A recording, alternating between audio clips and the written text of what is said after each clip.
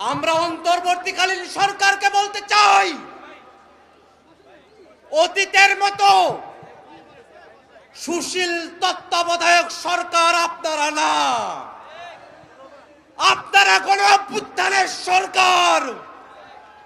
গণ অভ্যুত্থানের ম্যান্ডেট নিয়ে যারা উপদেষ্টা হয়েছেন তাদের কাছে প্রশ্ন যে আওয়ামী লীগ বাংলাদেশে গণহত্যা করেছে, সে আওয়ামী লীগের বিরুদ্ধে আইনগত ব্যবস্থা নিতে বাধা কোথায়?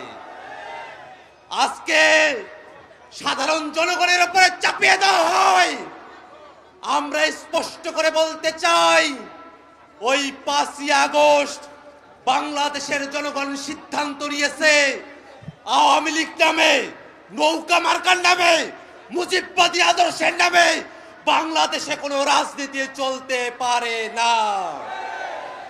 বন্ধুগণ আমার, এখনো পর্যন্ত আওয়ামী লীগের নিবন্ধন আছে। আমরা হুঁশিয়ারি দিয়ে বলতে চাই যে আওয়ামী লীগ বাংলাদেশে সন্ত্রাস করেছে।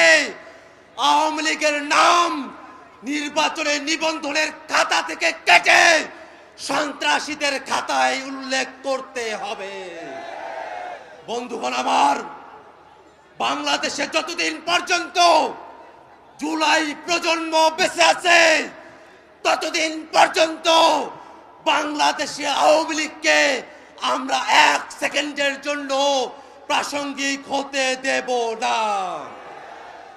আওয়ামী লীগের দোসর জাতীয় পার্টি যারা 90-এর স্বৈরাচার প্রতিষ্ঠা করেছিল, তারাও বাংলাদেশে আওয়ামী লীগের রাজনীতিকে, স্বৈরাচারের দোসরের রাজনীতিকে প্রতিষ্ঠা করবার যে চেষ্টা করছে, তাদেরকে হুঁশিয়ার করে বলতে চাই, শুধুমাত্র আওয়ামী লীগ নয়, আওয়ামী লীগের প্রত্যেক দোসর তারা রাজনৈতিক দল হতে পারে, সুশীল সমাজের লোক হতে পারে, তারা সাংবাদিক হতে পারে, তারা বিচারপতি হতে পারে, যারাই আওয়ামী লীগকে বাংলাদেশে ন্যূনতম স্পেস দেওয়ার চেষ্টা করবে, তাদের প্রত্যেকের বিরুদ্ধে বাংলাদেশের ছাত্র জনতা দুর্গ গড়ে তুলবে।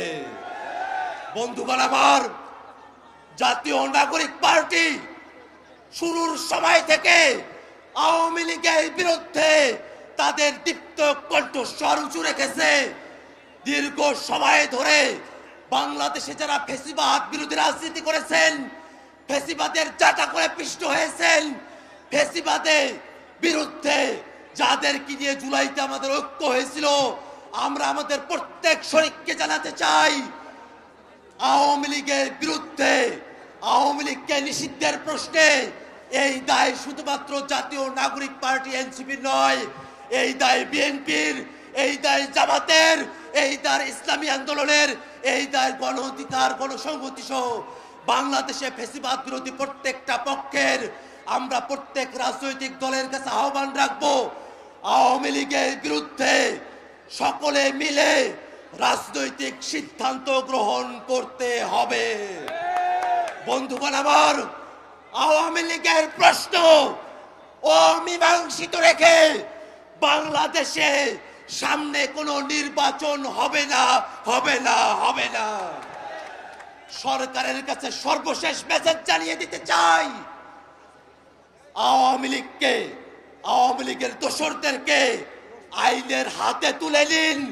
জনগণের হাতে যদি আওয়ামী লীগ পড়ে, আওয়ামী লীগ বাংলাদেশে আস্ত থাকবে না।